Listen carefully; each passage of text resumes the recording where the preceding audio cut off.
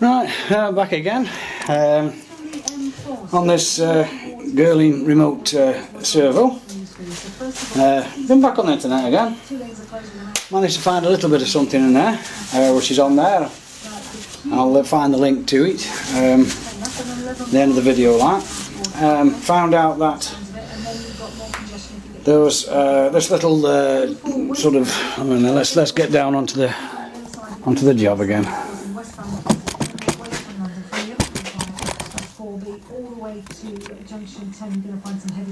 Again, put it on there.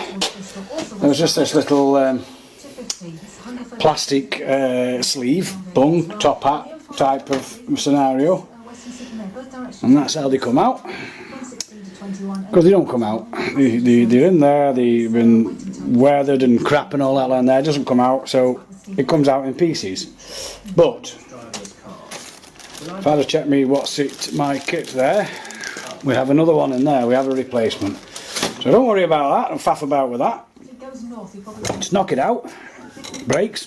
Just make sure you don't damage any of the bore in there when you're doing it. This little T-piece that we said was locked in. We weren't quite sure how it came out. Well, this bung is here. It's actually a piston in there. That has to be knocked in. Just make sure you can sort of see what I'm pointing at. This piece here, I thought it just come out. Yes, it does. It is a part of piston. You've got to knock that in, which releases the T. Call it a T handle. Remember in the video, it was that piece there, and it was in here. Wouldn't come out. Well, basically, it wouldn't come out because this is in its correct position. You just tap it in, and it releases that. It's as simple as that. Once it's tapped in, it comes out. No magic there, is there really? One of the things I did find out whilst I was doing a little bit of research, I've got a Model 21 here, which is a slightly bigger bore than the Type 2B, is it? Something like that. You can have an A and a B, something like that, but whatever the difference is, I don't really know. But obviously it's just a model, model change. It may have different sizes, I don't know the difference. I think it should be a Model B on this thing. The bigger bore on here, I would suggest, is going to give it slightly more effort, which is a case on there. Also, we've had a little bit of, I can call it good fortune. I have another one here, which I completely forgot about. I'll be honest with you, it was one of the other cars. And this is a B, but there's quite a few, this wants rebuilding. I've got everything there, I've found. What I haven't got is a kit to do this one. I bought the kit to do the Type 21. So we're still going to carry on with the Type 21, and this is going to be a spare. And I think I'll probably clean this one up, put a kit in there, and then I've got a spare. And as I've seen them on the internet earlier on, somebody on there is asking 450 quid for one of these. I'm not quite sure what they've been smoking like, but if there's not too many of them about, they probably think they can charge a ridiculous price like that. Ridiculous, if you ask my opinion, £450 for a service kit. But there you go, that's the way of the world. So what we're on to now is we're removing, after we've got that little plastic sleeve out, what we've got there now is a small rubber seal, which comes out. It is a proper brake seal, if you like. It has got the recess in there. Obviously the recess is pointing that way towards the inner part of the barrel, if you like. You just turn it over, you can see where it's actually in pretty good condition. This is why, this wasn't actually a bad one. It was a working order unit, but as you can see, when we've shown you, we've taken it apart, we've actually found that it is full of crap. So I was right in my idea of, despite the fact it is in working order, a service on the thing is not something that would be called a wrong thing to do. And there you go, another little piece of plastic. I think there might be one of them in there. And that goes on there. Now, good idea if you're not quite sure how we go about this, is if we, I can say, line them up again as they're coming out. Fundamentally I can do that, can't I? Put all that in there. Put it all down there. There's what comes out of it is there. We line it up in order. Again, so you know which way it goes round. This is a small plunger. I'm not quite sure whether it's steel or plastic, or more like a Bakelite type of material really. Got a small spring on it there, which is all nicely lubricated, which is showing that this thing is, like I say, in a sort of working order. It's going on there, all lining up. Now, what you have inside here now is something that you've got to be aware of, is you've got to get it out. You've got to get it out clean, etc. And inside there is, so they tell me, a circlip, which really needs a special tool to remove. I'm not sure. That's steel in there. Can't see any circlip in that personally. So we've now got again to another stage of this, where I'm going to go back onto my little search, see where we can get to the next stage of there. I've got a funny feeling that might just drop out if I tap it down, but I'm going to make sure first. So I'm going to close the video down again for a short while, and this is how I believe you do things, you know. Not sure, go and find out. Don't go banging, bending, thumping on something. Just go and find out where you're at with it. It's not an overly complicated thing. A lot of these problems we're kind of having at the moment is purely simply because it's been stood still such a long time. Everything's stuck.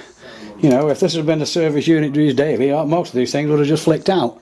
But it isn't. It is what it is, and we're putting a service kit in to make it good again. So I'll be back on the video again, and we'll go to the next stage. I'm not going to miss a stage. I'll recap at the end of it, like I always try and do, see where we're having some problems like. But we've got to get that piston out there, and that seems pretty tight. I've put a load of WD-40 in there, let it soak. I may even let it soak overnight, just to get it, at it, you know. So back in a moment when we know. Thank you.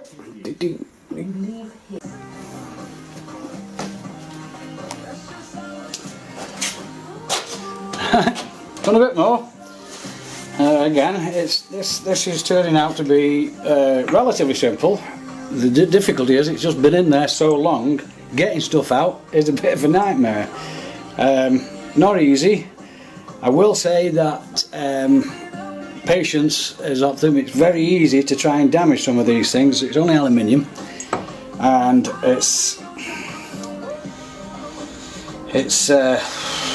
very, very easily damaged, and there are not some things there that, you know, it could be irretrievably damaged.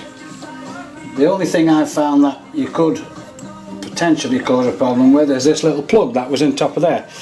That fundamentally wouldn't come out. And how I got it out in the end was, it says like in the instructions, you have to put your screwdriver. Let's get down into the close-ups again.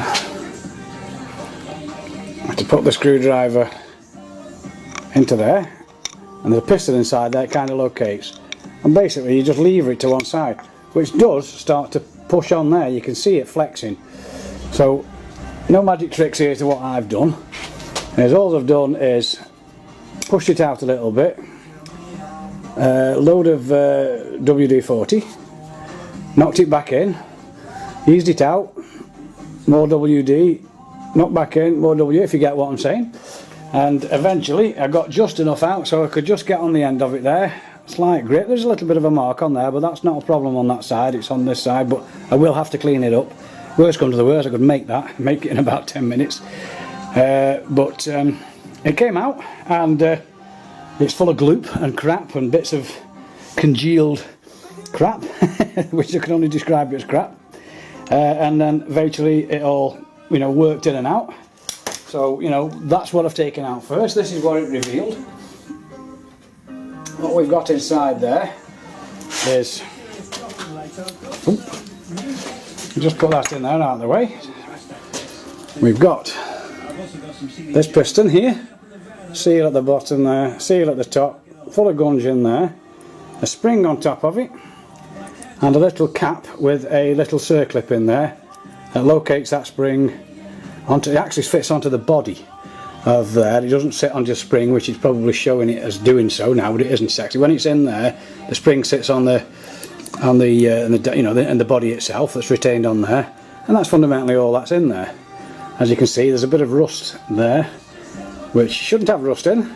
You know, bearing in mind this is a it should only have brake fluid in, which is an oil-based product.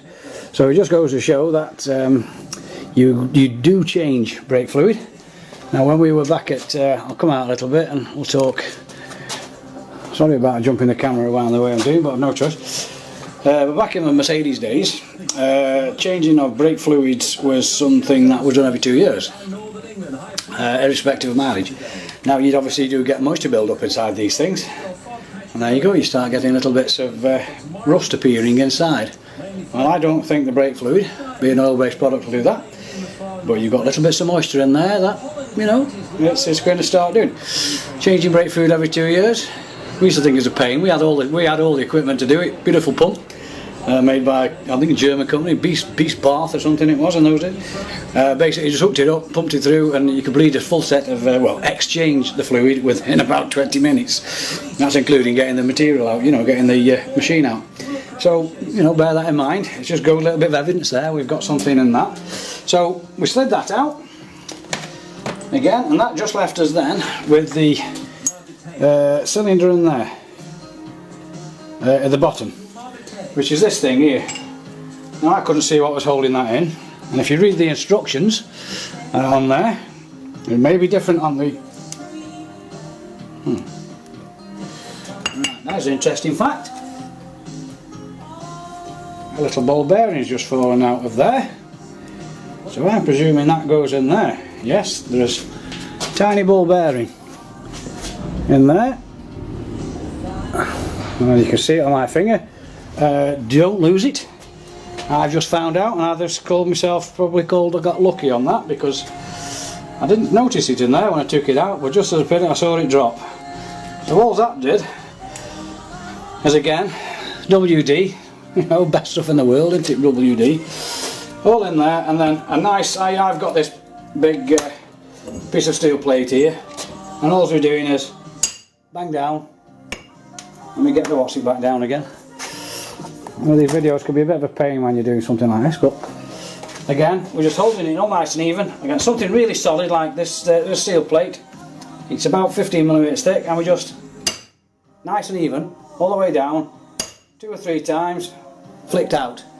But you can see that, you can feel it's full of grit, slime, dirt, all wants cleaning up. But good news being, it is now all stripped down. I just want a thorough clean up. Which I'm going to do, clean it inside. Don't use any you know, emery tape or even wet and dry inside there.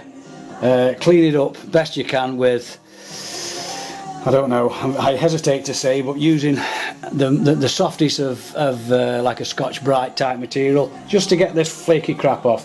Don't keep trying to shove an abrasive down that bore. You'll knacker it, and then it's scrap. Well, I wouldn't say it's scrap. People do machine sleeves for these things. Whether they do one on these, I've no idea. I doubt it, but you know, it is possible. It's not beyond the realms of getting it done like. But you know, clean up very slightly. You find when you get to the bottom of the bore where the seals have been, there's very little in the way of cleaning. It's just normally in the ends where you get a little bit of this oxidization build up kind of thing. But you know, in there it looks pretty clean. You know, now right down at the bottom, like, see a bit on the side there that wants coming out, but that should be fine. So there we go. Back up there so you can look at the muggins here again.